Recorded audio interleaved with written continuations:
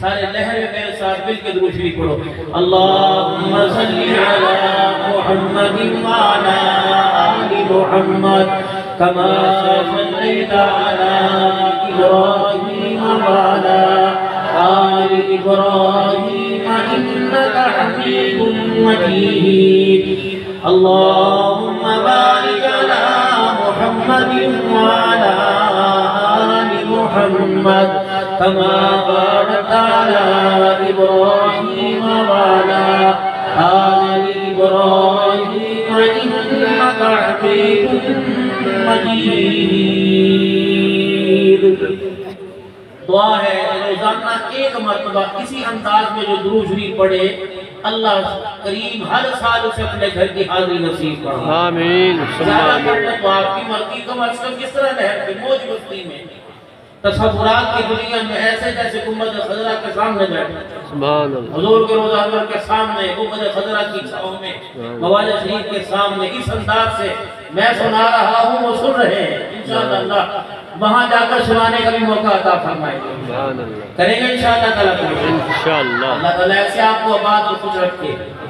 आज का सालाना प्रोग्राम और इस सालाना प्रोग्राम में अल्हम्दुलिल्लाह एक मरतबा दोबारा इस फकीर की हाजिरी, आप हजरात की दुआएं, मोहब्बतें, इदारे वालों का ताउन और हजरत अब्दुल कारी मोहम्मद उस्मान साहब हफिज़हुल्लाह ताला अल्लाह करीम कदेर इनका साया इदारे पर हमारे पर इनके बच्चों पे अल्लाह रखे और इनको अल्लाह हर आन हर घड़ी शिफाए कामिला आजिला दायमा मुस्तमर नाफ़िया नसीब फरमाए।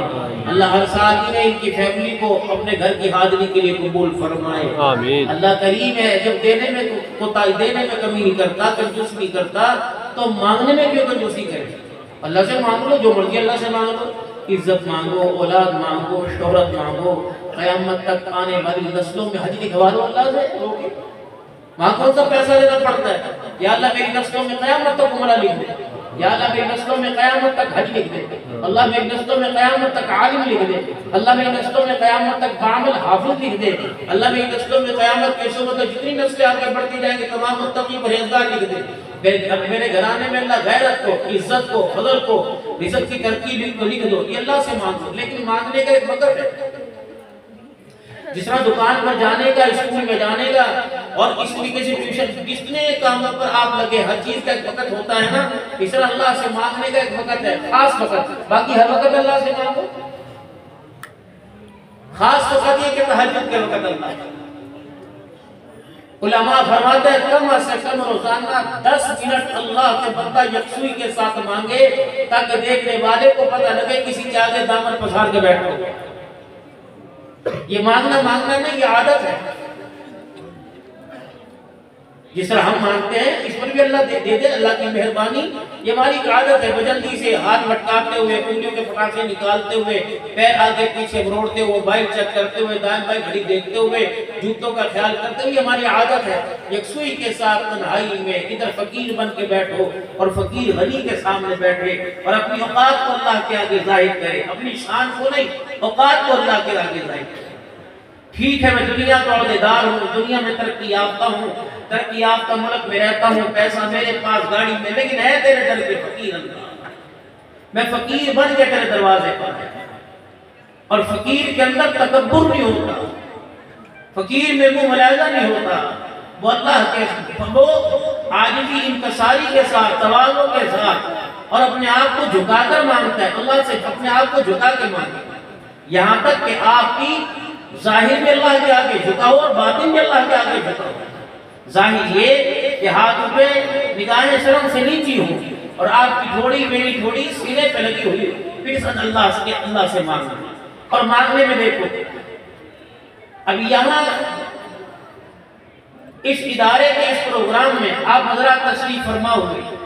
अब हजरत क़ारी साहब, दीगर हजरात जितने आए, उन्होंने मदारिस की तर्जुमानी की और बतलाया कि ये मदारिस के अंदर ये खूबियां हैं, ये हुआ, साल में ये किया, इतने बच्चे, इतनी बच्चियां, इतने तालिब इल्म, इतनी तालिबात फारिग तहसील हो रहे हैं। तो ये बताया और तर्जमानी आप हजरात ने की अपने माली ताउन से, जो पूरा साल किया। 1.5 करोड़ के लगभग ये जुबान के बोल हल्के हैं, लेकिन 1.5 करोड़ इकट्ठा करना, फिर उसको अमानतदारी के साथ खर्च करना। इकट्ठा तो बंदा जाके ले आके कर ले, लेकिन उसको अमानतदारी के साथ खर्च करना। ऐसे मदारिस के अंदर हज़रत क़ारी साहब समेत ऐसे भी हीरे हैं जिसको पहले जमाने में भान का करते थे, फिर खुल्ला का करते थे, फिर छुट्टा का करते थे, अंग्रेजी के अंदर चेंज आ गया। यानी इतना अल्लाह से डरते थे कि मदरसे के पैसों में से अगर खुल्लों में से चेंज लेना पड़ जाता तो वो भी दिया करते थे कि अल्लाह की पकड़ में ना आ जाए। और ये बरकत है आज की अफराद की बरकत। तो अल्लाह से मांगना, अल्लाह से मांग रहे हैं, जुबान से मांग रहे हैं, लेकिन इस जुबान की तर्जुमानी नहीं हो रही। ये जुबान तर्जुमान बनी लेकिन जुबान की तर्जुमानी नहीं हो रही। और फिर हमारे मांगने में कोताही नजर आ रही, उसके देने में नहीं। दिल की तर्जुमान जुबान है, जुबान का तर्जुमान आंख है।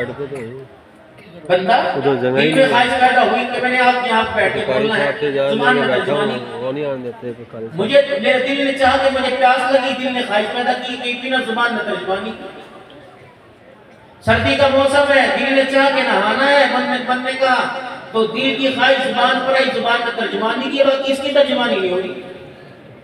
जैसे घर के अंदर बच्चे ने अम्मी से कहा, अम्मी जी मुझे आप जो है वो सैंडविच बना दे, बर्गर बना दे, अम्मा मुझे पापड़ तल के दे, आलू के चिप्स बना दे।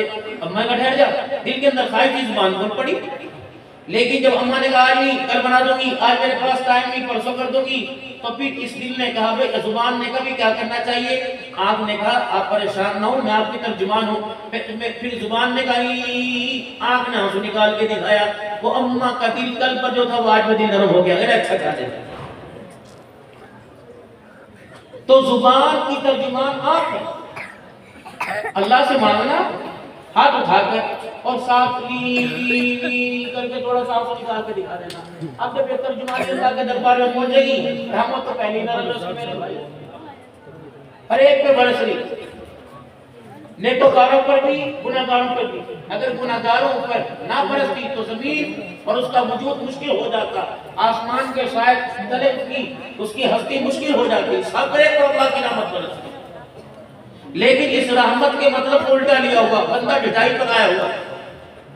इसको चाहिए कि अपने आप को सुधारे, अगर ना ये ना हो कि ये रहमत के अंदर तब्दील हो जाए और कयामत के दिन कहा जाए कि हमने तुझे मोहलत दी थी, तेरे बंदे मोहलत का ना जायज फायदा उठाया है। हम तुझे बार बार छूट देते थे, तुझे हिलाते थे, हम सीधे तरीके से तुझे अपना मनवाते थे, तो हमारी मानता नहीं था। हमने टेढ़े तरीके से मनवाया, फिर कभी फसलों की पैदावार घटाकर, कभी बढ़ाकर, कभी